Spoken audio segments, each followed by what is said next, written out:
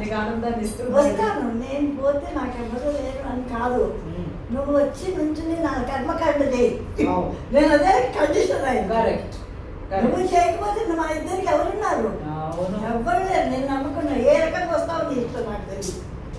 ఏదో రకంగా వచ్చి నాకంటూ ఏం లేదు, ఇదంతా నీదే. నువ్వు ఇచ్చావు, నేను తింటున్నా అంతే. నువ్వు పెట్టకపోతే నాకు లేదు అంతే. అదంతా నువ్వు ఏమన్నా చేసుకో, నాకు సంబంధం లేదు. నేను వచ్చి కూర్చున్నాను అన్న, నువ్వు ఎప్పుడు రమ్మంటే అప్పుడు వస్తాను. నేను రెడీగానే ఉన్నాను.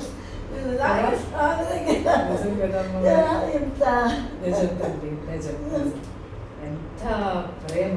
ఏ రకంగా వస్తావో నాకైతే తెలియదు. నువ్వు నా కర్మ ఏ రకంగానో నాకెవరు లేరు అనకూడదు. నేను కొడుకు అనుకున్నా. నువ్వు కొడుకు బాధ్యతే కదా నీదే. నాకు నువ్వు లేకపోతే ఎవరున్నారు? నాకు వాళ్ళందరికీ వాళ్ళ పిల్లలు, మా అమ్మ మా నాన్న చేస్తారు. నాకెవరున్నారు నువ్వు తప్ప అని అనుకుంటా.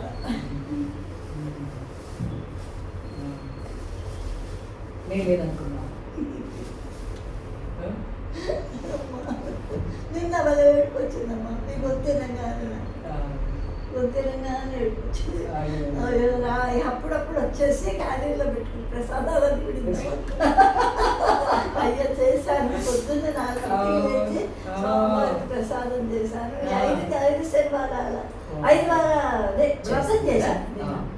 వ్రతం కూడా అది ఎవరికి 3 కోసం చేస్తాను. లేదంటే నేను ఈ కోరిక కాదని నేను చేయను స్వామి, నాకే కావాలి కోరిక. ఎందుకంటే పాపం మా చెల్లెలు చాలా దిగులు పడుతుంది, వాళ్ళ కొడుకు పెళ్ళి అవుతుంది. దానికోసం చేశాను. వాళ్ళ అబ్బాయికి పెళ్లి కుదిరింది.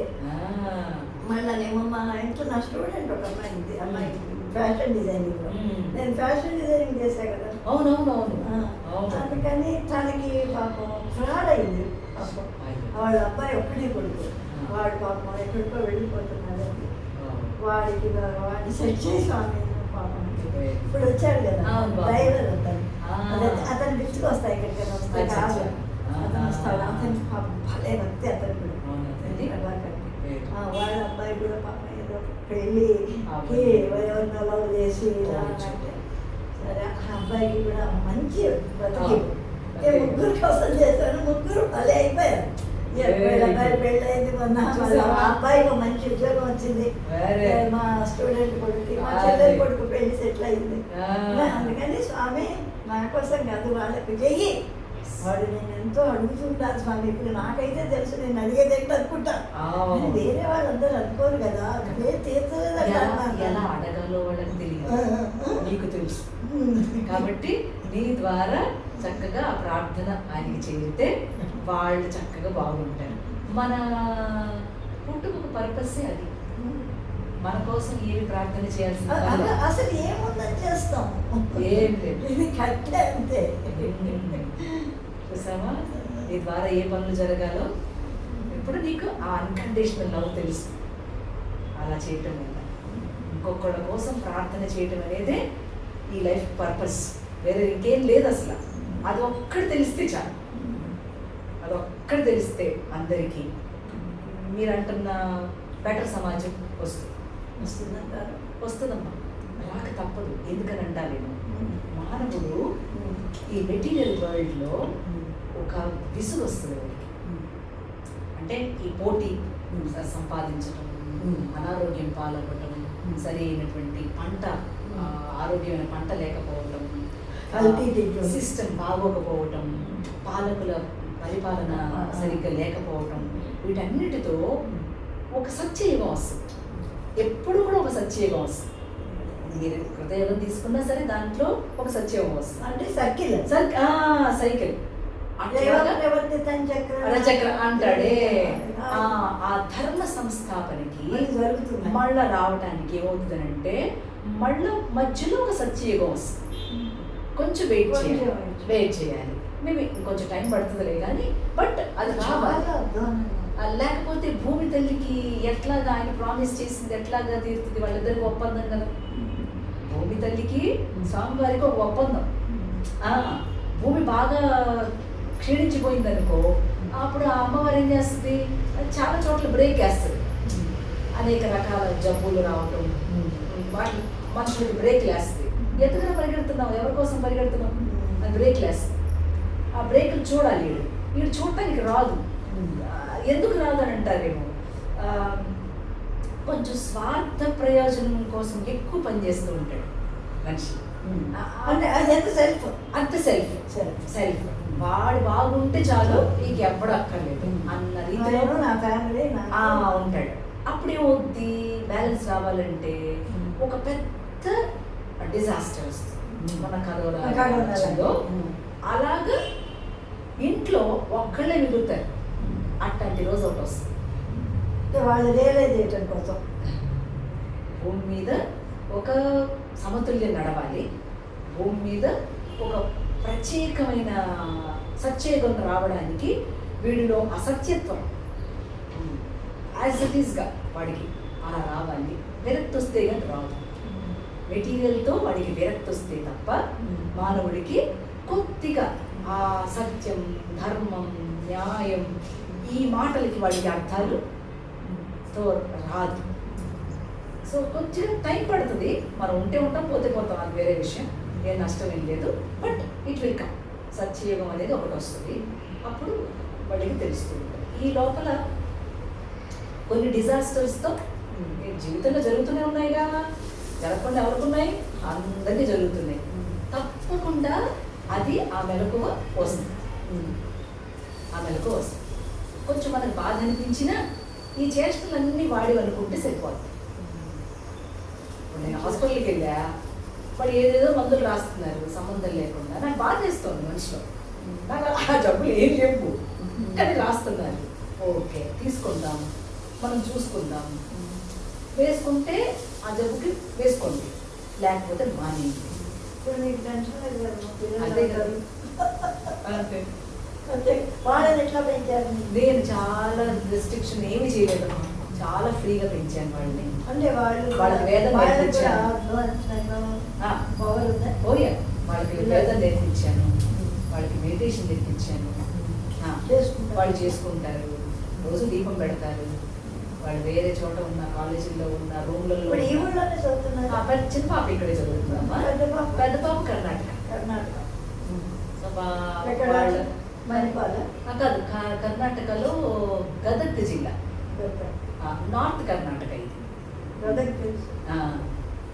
సో వీళ్ళ రెస్పాన్సిబిలిటీస్ మనమేమి పుచ్చుకోక్కర్లేదండి. ఒక్కసారి వాళ్ళ రెస్పాన్సిబిలిటీ తెలిసి వాళ్ళు కొంచెం ఎథికల్గా, మారల్గా, పద్దాకా అబద్ధాలు చెప్పడం, పద్దాకా మ్యానిపులేషన్స్తో ఉండడం, ఇవి మనం ఇంట్లో ఎప్పుడు వాళ్ళకి తెలియదు. ఇలాంటివి ఏం తెలియదు. వాళ్ళకి కష్టం ఉంటుందా బయట ప్రపంచం? చాలా కష్టం అవుతుంది, నో డౌట్ ఇన్ ఇట్. చాలా కష్టం అవుతుంది. బతకలేరు ఆ ప్రపంచంలో. అయినా నేను ఒకటే చెప్పాను, వాళ్ళు చేసే ప్రతి చేష్టని నువ్వు తీసుకోకూడదు మనసులో.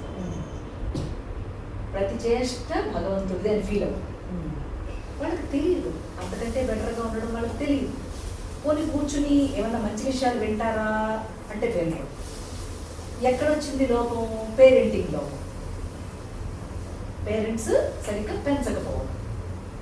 లేదా ఆడపిల్లకి అన్ని పనులు చేసుకోవడం రావద్దండి. ఎంత డాక్టర్ అయితేనేమి, ఎంత ప్రైమ్ మినిస్టర్ అయితేనేమి, ప్రెసిడెంట్ అయితేనేమి చేసుకోవద్దు. కొన్ని పనులు మనమే చేసుకోవాల్సినవి ఉంటాయి, ఎంత పనాళ్ళు ఉన్నా. మరి ఆ వాటితో పెంచినప్పుడు ఒక పిల్లాడికి, ఒక పిల్లకి ఒక మంచి భర్త, మంచి భార్య ఎండ దొరుకును, దుఃఖం రాలా ఇళ్లలోకి. ఇవన్నీ మనం వండుకుంటున్నవేగా, ఈ కర్మలన్నీ మనం వండుతున్నవేగా. వీడికి విరక్తి వస్తుంది కొంతకాలం. సో వెయిట్ అండ్ సీ, అంతే.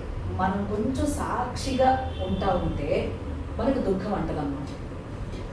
లేకపోతే మనం దాన్ని మనం అనుభవించేటట్లుగా ఫీల్ అవుతూ ఉంటాం. కొంచెం సాక్షిత్వం రావాలి, చూసి వదిలేయాలి. కొంచెం అంటే యోగ మార్గంలో ఏంటంటే సంఘంలో జరుగుతున్న ప్రతిదాని మీద మనకు ఒక విశ్లేషణ, ప్రతిదాని మీద ఒక జడ్జిమెంట్ తీసుకొస్తే నువ్వు వచ్చిన పర్పస్ పోదు. నీ సాధన, నువ్వు తెలుసుకోవాల్సింది ఏంటో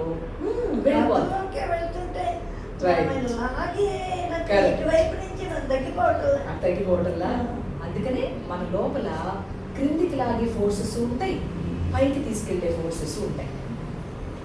సో ఈ వివేకం మానవుడికి ఎందుకు ఇచ్చాడు అంటే, రే నీ చుట్టుపక్కల జరుగుతున్న వాటిల్లో కొంతవరకు కొన్ని వాటిని ప్యాసివ్గా చూడు. నీ చేతనైతే కరెక్షన్ చేయడానికి వస్తే, ఇప్పుడు లక్ష్మమ్మ మా పాపాయికి ఏమైనా చెప్పింది అనుకో, వింటారు వాళ్ళు, చెప్పాలి. అట్లాంటి పిల్లలకి హెసిటేట్ చేయక్కర్లేదు. అంటే నీ బాధ్యత అక్కడ ఉంది. ఆ బిడ్డలకి ఇంకొంచెం ఏదన్నా సపోర్ట్, ఇంకొంచెం ఏదన్నా గైడెన్స్ నా దగ్గర నుంచి రానప్పుడు నీ దగ్గర నుంచి రావచ్చు, దాందే ఉంది. She has to feel it. నా బిడ్డకే నేను చెప్పుకుంటున్నా, ఈ బిడ్డలు వింటున్నారు అట్టంటాడే చెప్పచ్చు. కొంతమంది మనం చెప్పలేము. ఎవరికి వాళ్ళకే చెప్పలేదు. మన కళ్ళ ముందు పుట్టిన అట్లా చెప్పగలిగిన వాళ్ళ వరకు మనం చెప్పుకుంటూ వెళ్ళటమే. చెప్పలేకపోతున్నాం అన్నప్పుడు యాజ్ ఇట్ ఈస్గా దాన్ని అట్లాగా చూస్తూ ఉండడం లేదు. బయటపడక్కర్లా, అయ్యో అదే బయటపడక్కర్లా. మాటకి టైం వస్తుంది, వాళ్ళే బాగుపడతారు. ఇప్పుడు గట్టి దెబ్బ తగ్గుతుంది, వాళ్ళే బాగుపడతారు. దాన్ని కొత్తగా ఏం పాడారు? సంకీర్తనమ్మా, సంకీర్తనలు కొత్తగా చాలా పాడుతున్నాం, వస్తున్నాయి. అదొకటి ఎక్కువ ఇష్టంగా తర్వాత ఇంకా చాలా కీర్తనలు, కొత్త చాలా కీర్తనలు ఉన్నాయంటే 2 రకాలు ఉంటాయి కదా. వీటిల్లో ఏంటి తత్వం. తత్వం కావాలి, నాకు తత్వం కావాలి.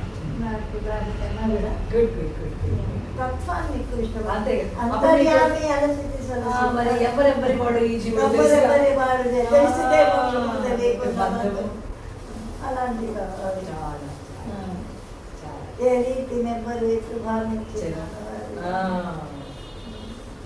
వింటూ ఉంటాను ఇవన్నీ కూడా. ఒక్కొక్కప్పుడు ఇంకా ఒక మెంటల్గా అయిపోతా. అది దీన్ని ఎక్కడికో ఎక్కడ స్వామి కలిపేసుకో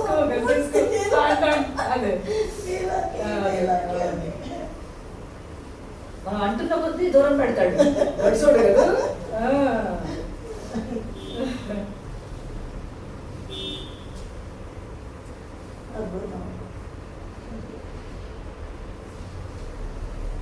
మనం ఏం చెప్పుకోవాలన్నా మన లోపల ఉన్న వాడికే కదా చెప్పుకోవాలి. ఎవరు చెప్పినా అర్థం కాదు కదా, చెప్పలేం కూడా కదా అన్నీ అన్నీ కూడా కాబట్టి చెప్పాలి. కాబట్టి మన లోపలే వాడు ఉన్నాడు. ఇంకొకటి కోసం మనం ఏం వెతకద్దు, ఇంకొకటి ఎవరి కోసమో ఏం వెతకద్దు.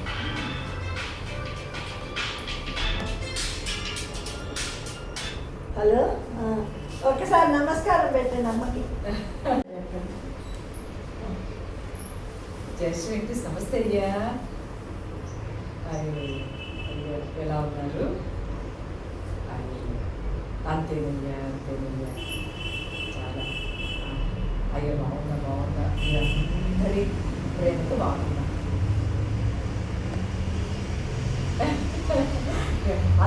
అందరిలో ప్రవహించేది అదే కదా. కాబట్టి అందరూ మనం అట్లనే ఉండాలి. అయ్యా ఎట్లా ఉన్నారు కుటుంబ సభ్యులు? మీ ఆరోగ్యం? చాలా సంతోషం. మీ ఆరోగ్యం బాగుంటుంది. ప్రేయర్లో పెడతాం. అయ్యో నమస్తే నమస్తే నమస్తే నమస్తే. ఇప్పుడు ఎవరున్నారు మీకు?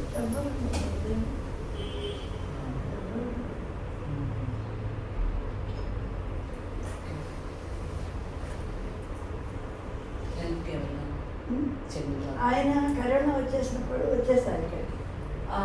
సింగపూర్ అప్పటిదాకా ఒక్కదాన్ని ఉండేదాన్ని. ఓహో, అప్పుడు ఒక్కరే అప్పటిదాకా తను చేశారు కదా స్వామివారు. ఆయనకి ఎన్నేళ్ళు జాబ్ కూడా ఇచ్చాడు కదా, హెల్త్ ఇచ్చాడు, జాబ్ ఇచ్చాడు. అదే ఆయనే తక్కువ చేయలేమా. సింగపూర్ నుంచి వచ్చారు సార్. ఇంకా కేరళలో, నైజీరియాలో వెళ్ళారు. మళ్ళీ మేము ఇక్కడ సెనగల్ కంట్రీ, లిబియా అన్నీ ఆఫ్ఘనిస్తాన్ అవన్నీ బాగా. మళ్ళా నిలబడాలి కదా, నిలబడేందుకు చేసింది ఆయనే, పడగొట్టింది ఆయనే, నిల్చోబెట్టింది ఆయనే. పడేయలేదు, ఎప్పుడు కూర్చోబెట్టాడు. అంటే ఎట్లా కాదు, తక్కువనే చాలా డిప్రెషన్కి వెళ్తాం కదా. అది ఒక రకం కదా, అయ్యో. ఏమీ లేక డబ్బు లేక లేక. అది ఇది ఇప్పించలేక వైద్యం వైద్యానికి చేయించలేక. అందులో నేను కూడా తను ఎంత ఆనెస్ట్ అంటే మా హస్బెండ్ తను బిహెచ్ఎల్లో జనరల్ మేనేజర్ చేశారు. బిహెచ్ఎల్ మాకు పెన్షన్ రాదు, మాకు యాడ్ అది. అవునా? నో పెన్షన్ మాకు. ఇప్పుడు మీ పెన్షన్ రావట్లేదు? ఓన్లీ ఉన్న డబ్బులు బ్యాంకులో పెట్టుకుని వచ్చే వడ్డీతో తింటాను. అదే అది అడుగుతా పోస్ట్ నువ్వు నాకు నీకేదమ్మా నాకు పెట్టాను. లలాతుడే పాటి పైడి కాను కలిచ్చే ద్రౌపది ఏ పాటి ద్రవ్యం ఇచ్చారు నీకు, అహల్య ఏ పాటి అగ్రహారం ఇచ్చే పంచపాండవులేమి లంచం ఇచ్చింది, నారదుడే పాటి నగలు నాణ్యములు ఇచ్చి నీకు అందరైనట్లు నేను కాదా. స్వామి అదే అవును కదా, నాకు ఇష్టం నీ దగ్గర పోతుంది నాకు పెట్టాను, నాకు అంతకన్నా తిండి పెడతాను. అంతే కదా. నిజంగా ఆయనతో అలా మాట్లాడగలటం కూడా మరి నాకు హ్యాపీగా ఉంటుంది. నేను చేసిన తప్పు చెప్పమంటాను. నేనేం అన్యాయం చేశాను, ఎవరికి చేశానో చెప్పు. నేను నువ్వు ఏమో తప్పు చేసినట్టు కానీ నేను చేస్తాను స్వామితో అంటాను. ఇట్లా ఏం చేసి స్వామి ఇంకేం చేయమంటావు నన్ను ఇక్కడ, నన్ను ఇంకే నాకు రాత కావట్లేదు.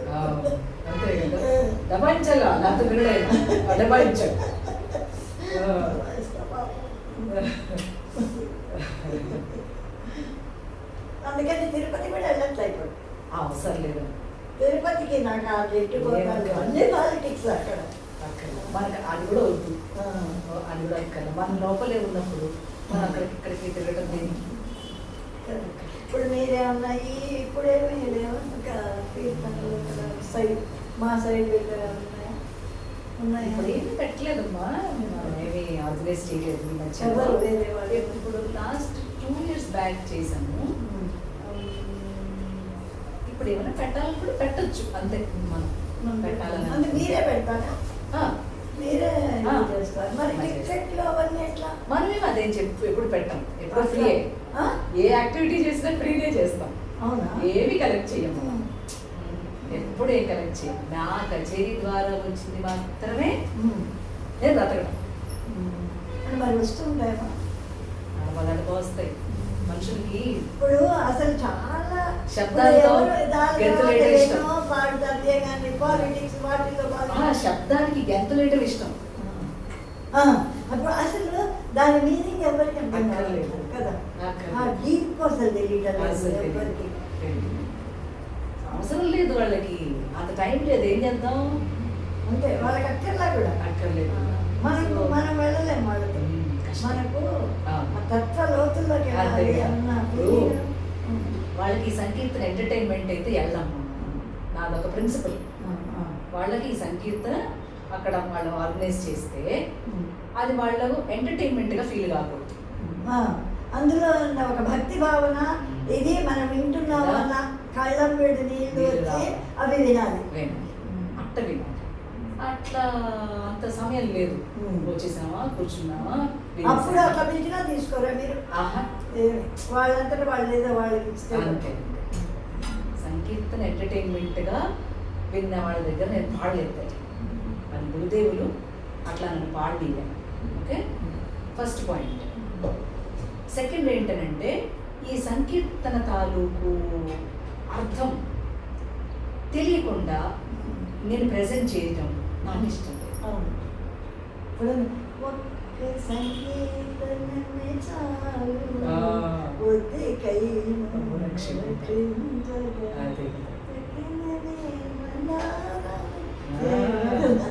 సంతోషం గెట్టావు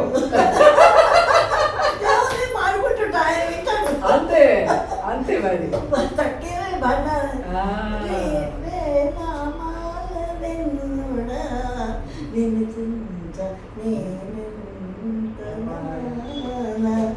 కానిమ్మని నాకి పుణ్యము కట్టి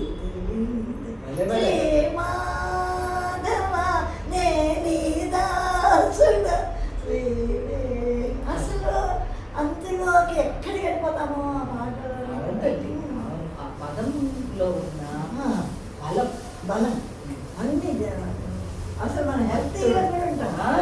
అది భక్తుడు ఒక్కటే. ఎట్టాంటి ఆర్తులు పడుతూ ఉంటాడో అన్ని ఆర్తులు అన్నమై పడిపోయి అసలు బాగా వచ్చారా మీరు ఎప్పుడైనా ఇక్కడికి తాళపా ఎప్పుడు వెళ్తున్నాను వెళ్తూ ఉంటా అబ్బా అసలు అక్కడ చూసి ఉంటారు కదా ఆయన ఇది ఆ వైభవం వాళ్ళు అంతవరకే ఉంటుంది రా తల్లి.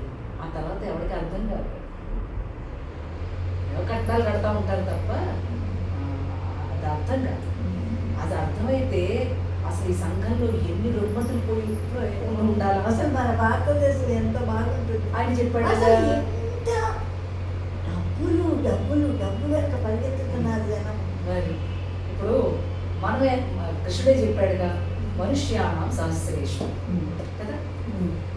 ఎవరికో కోటికో నూటికో ఒక్కడ దొరుకుతాయి, అందరికీ దొరకలేదు. ఆయన చెప్పాడు. అంటే ఎన్ని జన్మల ట్రాన్స్ఫర్మేషన్ అయితే ఆ శుద్ధత వచ్చి ఈ మెటీరియల్ తో డిటాచ్మెంట్గా ఉంటే కుదురుతుంది. మెటీరియల్ లేకుండా చాలా చేస్తారు. అవునమ్మా.